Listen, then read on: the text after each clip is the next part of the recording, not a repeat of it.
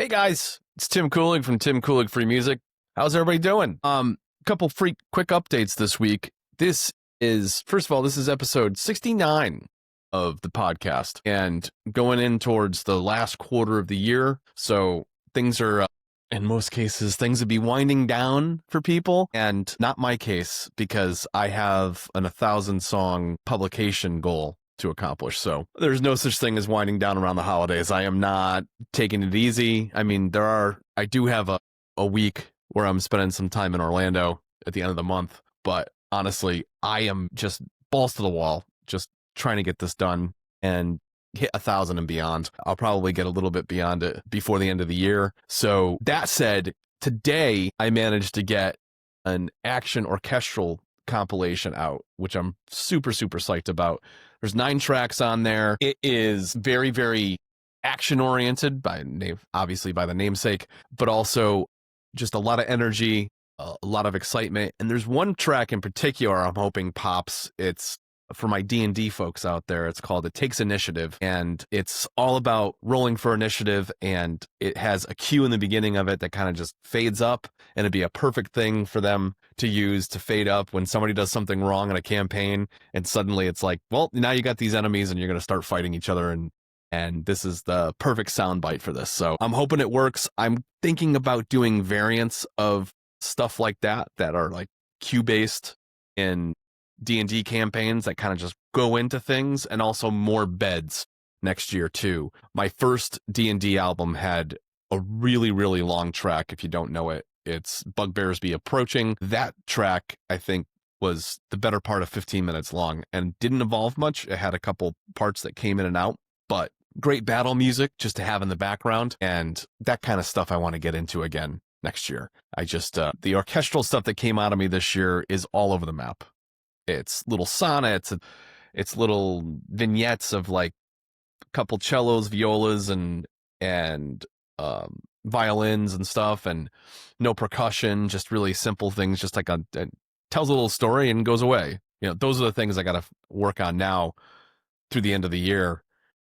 I mean, it's fun. It's just really, really fun. They're fun, exciting pieces, and I think you're going to really like these action ones. They're going to add a lot of movement value to whatever content you're making or movies or whatever. The new orchestral stuff, the stuff that's on the horizon, there's probably about a 10 to 15 track orchestral album left in me with the stuff that I have on the books, which, by the way, the book's 964 tracks. So I'm in the final stretch here, 36 tracks left. And I also have more spaghetti Western tunes. Right now, it feels like there's somewhere between 5 and 8 for that album, so it's a little more than an EP. I might add additional stuff to it, but time is of the essence here. I run into this wall where if I have to write new stuff right now, it might get away from me and it might hold me back from hitting this goal, and I don't want to do that. So unless something just comes out to me and I'm messing around with a new patch here and 2 hours go by and I lose time and suddenly I have a new spaghetti Western tune, it's probably going to be what I have for projects so far. I'm going to develop those. And I'm going to have some singles this year too. I had done this piece I never published, but I did it for a YouTube creator that needed kind of Asian themed kind of track. And I had like a semi-final version of it that I had let them use, but I'm going to get that thing published. But I realized I have like probably a half a dozen to a dozen of tracks just like that. They're in a genre. They're really, really good, but there's not enough to make a whole compilation. So not gonna let it sit there and do no work on my hard drive. I'm just gonna clean the palette before the end of December and get as many of those things out. And in some cases, it's going to be several one-shots of just things that I think people could use, and I want to get some feedback on. Also, there's a metal album I had left over that I kept punting because I had meditation music, I had horror music, I had kid spooky, I had all this stuff that just came behind me. So I'm going to take a look at those too. Again, that's another 6 to 8 song compilation. And then let's see. Yeah, I do have some ambient and some glitch stuff that's sitting out there that seems like it would be interesting.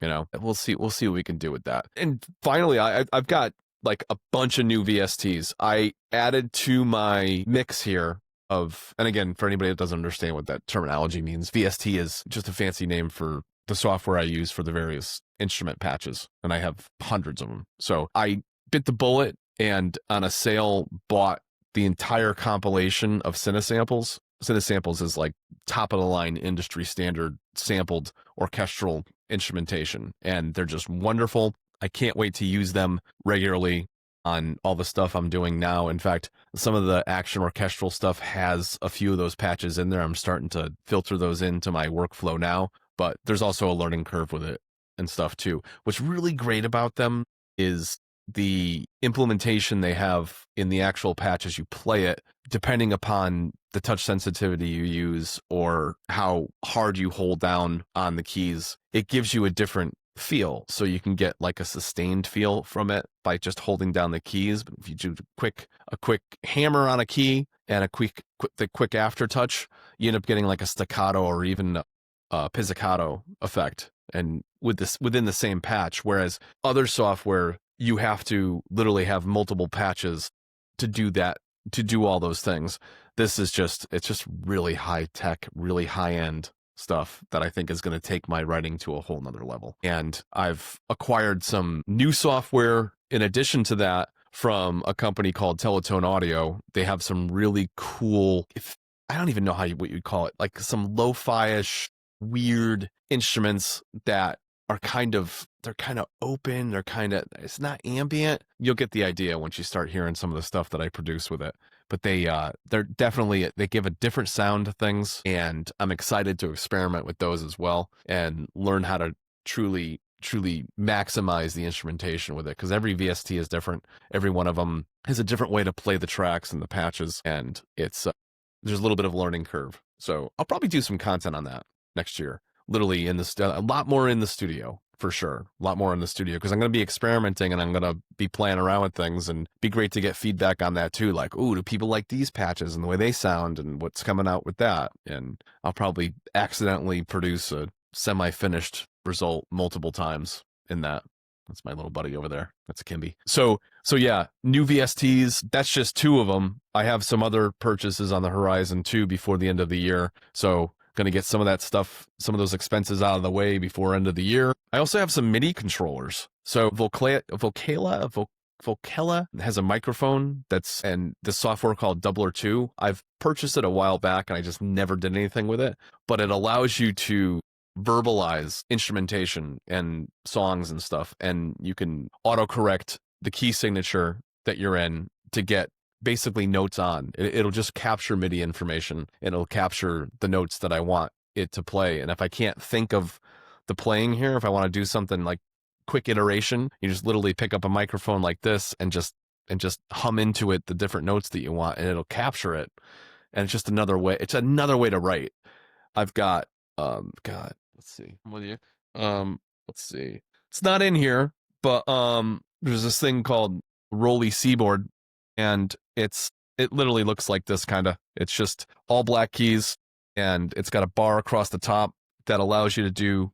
You can assign it to as a MIDI controller, and you can create vibrato on it. You can make it slide. You can do all sorts of effects with it. So that's something we'll be working with this year.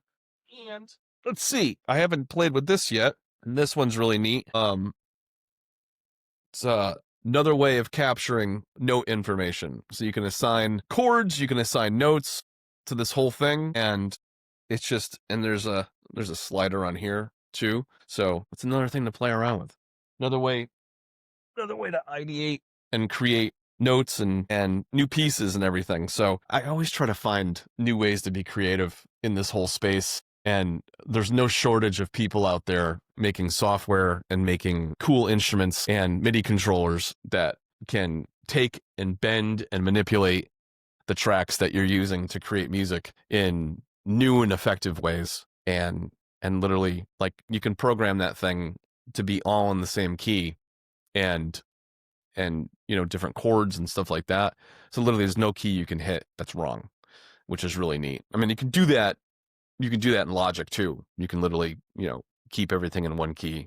And some people are like, oh, it's cheating. You have to know how to play. I'm like, dude, I'm a composer / arranger. I have to, I have ideas that I need to get out before they just disappear, So we're going to play around with those. Going to get some social media help going into 2026.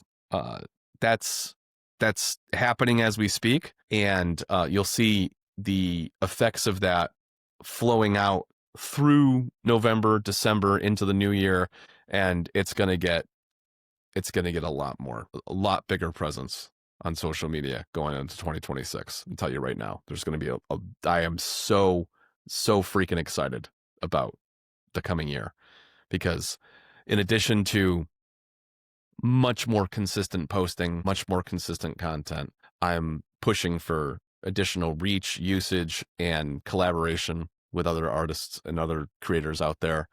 And I'm looking to do TikTok and YouTube lives. So in addition to the videos of me in the studio or whatever, I'm literally going to do that live, and I'm going to show people me playing around with stuff and writing music, my process, the whole 9 yards, and get more of me in the studio, and more interviews with folks like yourselves, other creators, content creators out there, and getting more and more people on the podcast, and doing more clips from the podcast and stuff too, and including that in content. I've been doing that a bunch this year. Riverside has been extremely valuable in that sense, but I'm leveling up. This 1,000 songs is like a game changer for me. It is. You would think that it was this hill that you get to the top of and you just want to take a rest. No, it's invigorated me. It's infused me with that much more excitement and passion. It's like, okay, let's get to 2,000 now. How quickly can we get there? And what do we want to do? How do we want to get to that path? What types of music do we want to do?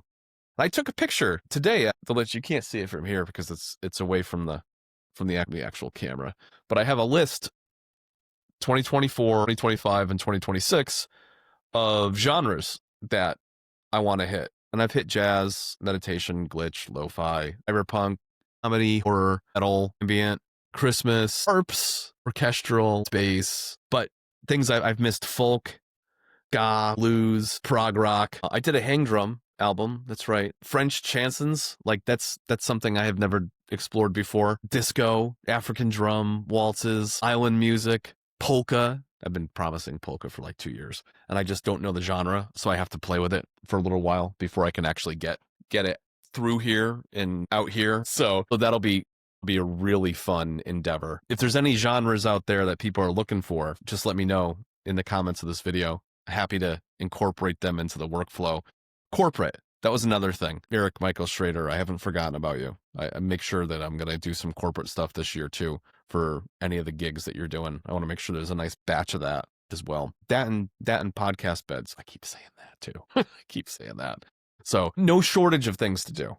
None whatsoever. But it's very exciting times. This weekend, it looks like there will be time. We'll probably do another update, me and Tom Seymour. So you'll hear some more updates on the Video Dreams Festival run. Spoiler alert, we had 2 additional wins recently in the Bare Bones Film Festival. We'll end up talking about that. We're about 6 away from matching or exceeding the best film run that we've done so far. And we still have somewhere between 40 and 50 festivals to see the results from. So we are very excited to see how the rest of the run goes. And I mean, we got to like the middle of the summer next year, so there's plenty of opportunity for additional official selections and wins. That's the goal. So very exciting stuff, guys. Very exciting stuff. So more to talk about soon. I just want to give a quick update here, and something very consumable. Again, this is less than 20 minutes today. Not a lot more to talk about other than the fact that I got to get back to work. Got to get back to work, more organizing of the remaining tracks that are finishable, and just keep firing this stuff out. So thanks for being a part of the journey. Thanks for supporting me in any way you can. Just being here and checking out the content and supportive of the stuff that I'm making. It means the world to me. And we'll be talking to you again real soon. Take care.